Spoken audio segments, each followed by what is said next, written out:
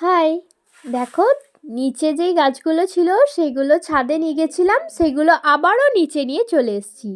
দেখো গোলাপ গাছটা কি সুন্দর হয়েছে, এবড়া ডেবড়া গোলাপটা ফুটেওছে।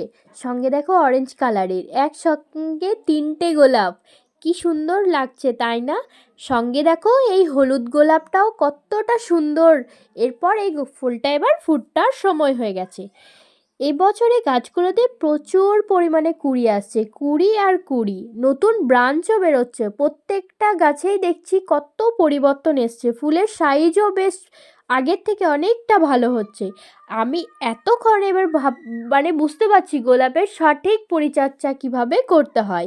হাজারি গোলাপে তো হাজারি গোলাপ মানেই অনেকগুলো ফুল ফুটবে, কিন্তু সব কুঁড়ি আমার আগে ফুটতো না, এখন একদম থোক হয়ে ফুল ফোটে, নতুন নতুন ব্রাঞ্চও বেরোচ্ছে। কিভাবে আমি সার ব্যবহার করছি তোমাদের সাথে পরে ভিডিওতে শেয়ার করব।